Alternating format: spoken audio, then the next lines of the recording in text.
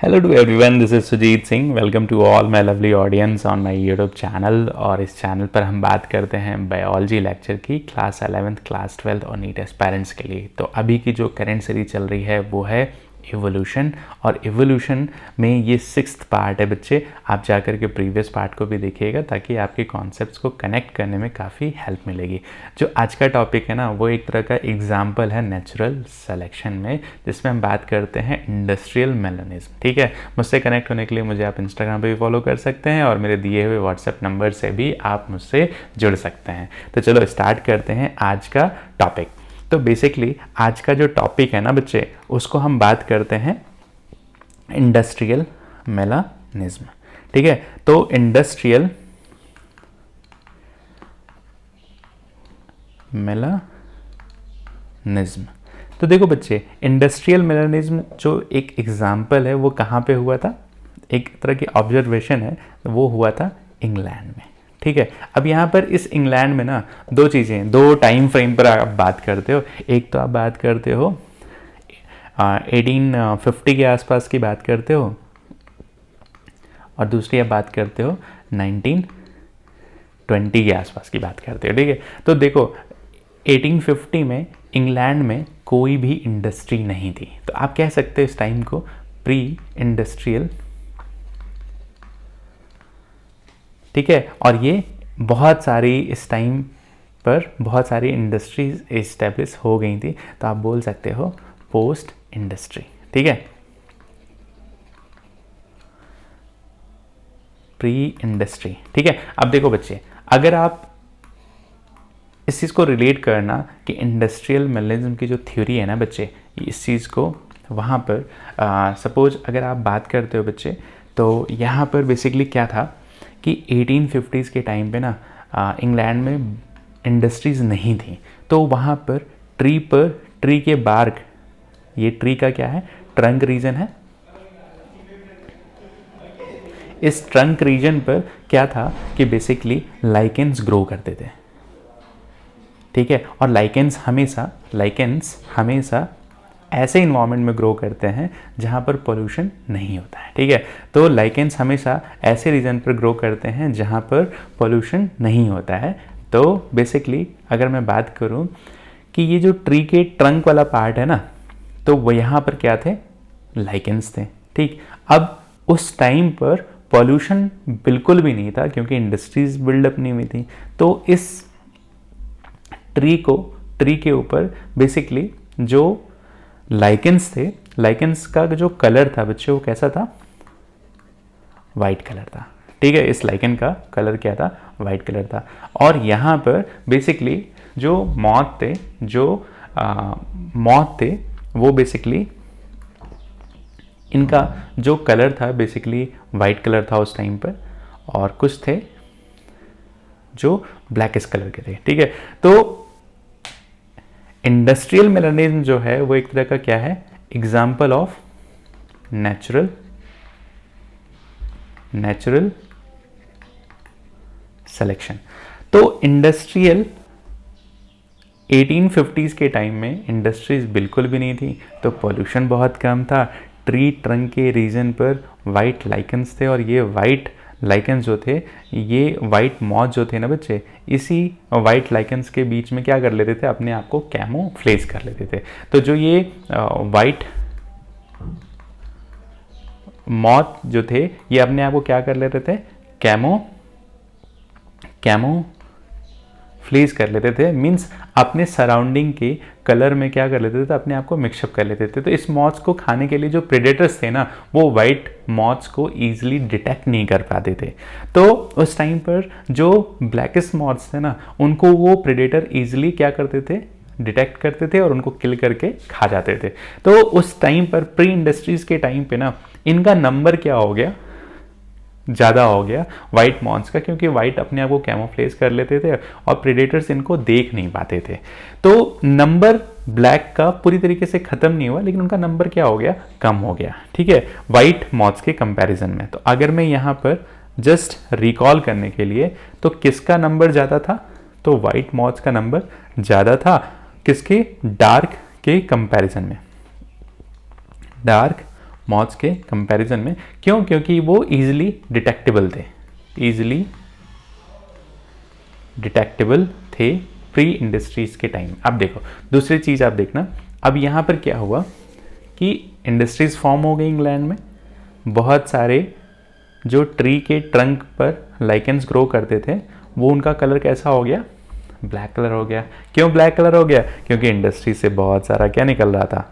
Smoke निकल रहा था, साथ में सूट्स भी निकल रहे थे, जिसकी वजह से लाइकेन का कलर कैसा हो गया?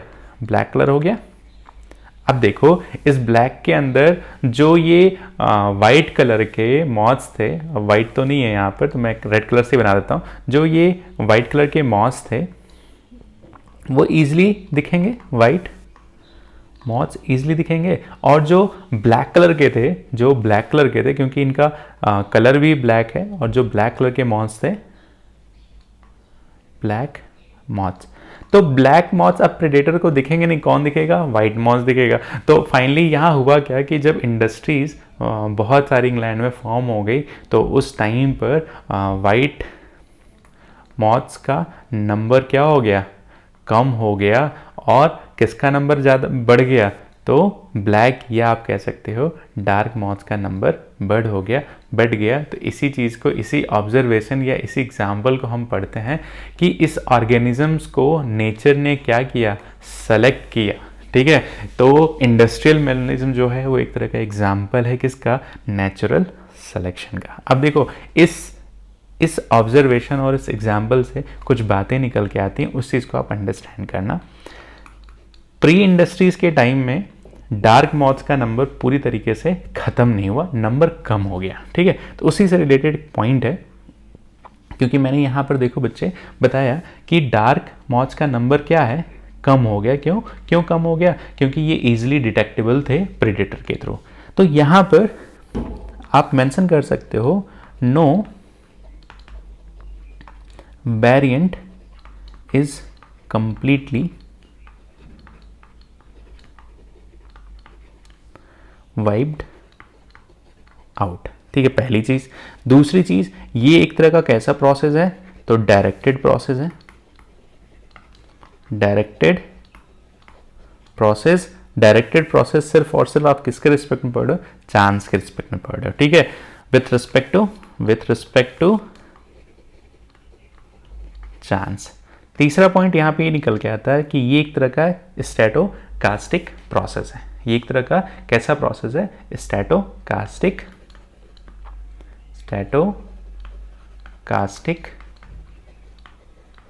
प्रोसेस है। मीन्स ये कैसा प्रोसेस है? एक तरह का रैंडम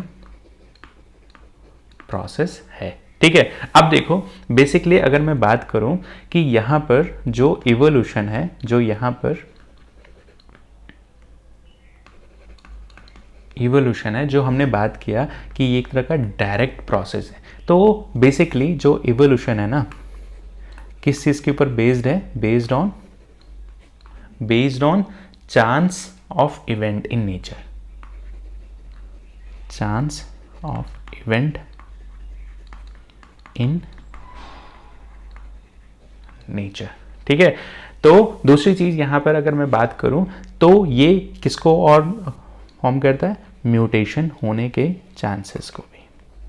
ठीक है, तो यहां पर अगर हम प्री इंडस्ट्री और इंडस्ट्रियलाइजेशन के बारे में बात करें तो आप इस चीज़ को अंडरस्टैंड कर सकते हो कि जब तक इंडस्ट्रीज नहीं फॉर्म थी तो वहां पर वाइट कलर के मॉथ्स अपने आप को लाइकेंस में क्या कर लेते थे? कैमोफ्लेज कर लेते थे। ठीक है, तो अगर मैं इसके एग्जांपल को देखूं तो बेसिकली बात करते हैं कि यहाँ पर ए और बी दो अलग अलग डिफरेंट टाइम पर पिक्चर्स हैं, जो ये रिप्रेजेंट करता है किसको? Pre industry. मीन्स ये किसकी बात कर रहा है? 1850s के टाइम पे, और ये पोस्ट इंडस्ट्री की बात करता है किस टाइम पर? 1920 के आसपास। किसकी बात हो रही है? तो इंग्लैंड। ठीक है, और इंग्लैंड में किसकी बात हो रही है? तो इंडस्ट्रियल मेलानिज्म निज्म। ठीक है, तो बेसिकली यहाँ पर दो पार्ट्स को आप अच्छे से अंडरस्टैंड करना कि हो क्या रहा है यहाँ पर, कि जब तक इंडस्ट्रीज़ इंग्लैंड में फॉर्म नहीं थी इस टाइम पीरियड पर, तो वाइट मॉथ जो थे ना वो लाइकेंस के अंदर छुप जाते थे और आसानी से अपने आप को कैमोफ्लेज कर लेते थे, और ये डार्क मॉथ जो थे ना वो ईजिली डिटेक्टेबल थे। ठीक है, उसी तरीके से अगर पोस्ट इंडस्ट्रीज़ की बात करो तो पोस्ट इंडस्ट्रीज़ में क्या हो गए, वाइट मॉथ जो थे वो ईजिली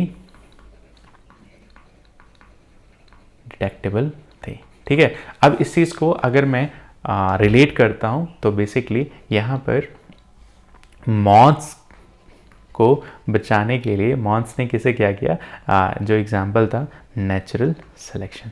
तो ये एग्जाम्पल है किसको अंडरस्टैंड करने के लिए, नेचुरल सिलेक्शन के बारे में। ठीक है, अब देखो यहीं पर हम बात करते हैं किसके बारे में, तो एंटीबायोटिक रेजिस्टेंस के बारे में भी बात करते हैं। एंटीबायोटिक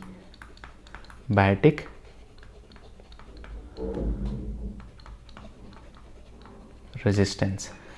ठीक है, तो एंटीबायोटिक रेजिस्टेंस या रेजिस्टेंस ऑफ केमिकल, इसको आप इस तरीके से बोल सकते हैं, रेजिस्टेंस।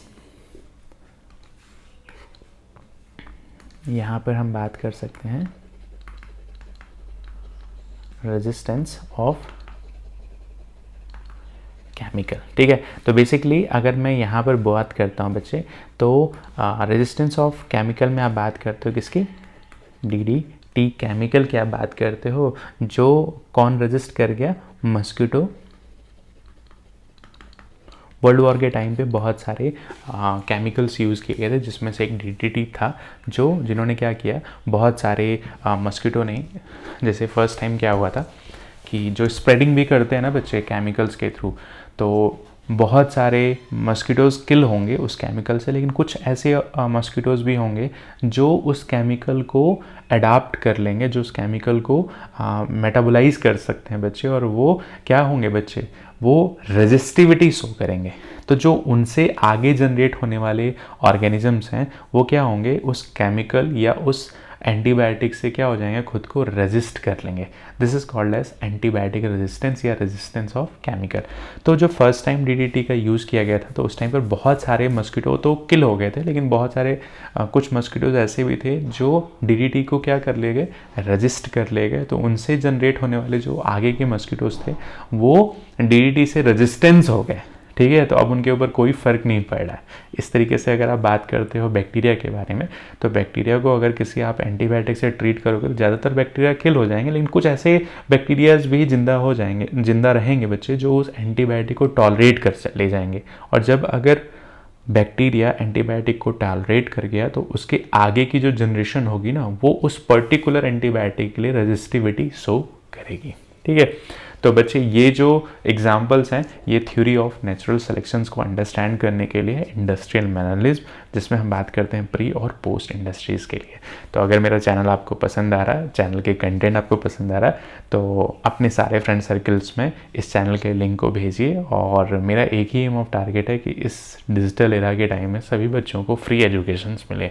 ऐसे बच्चे बहुत सारे हैं जिनके पास फाइनेंशियल लैकनेस है, तो वो भी यूट्यूब की हेल्प से बहुत सारी टॉपिक्स को बहुत सारे अच्छे अच्छे ट्यूटोर्स से आप अंडरस्टैंड कर सकते हैं, पढ़ सकते हैं। तो thank you very much to all of you.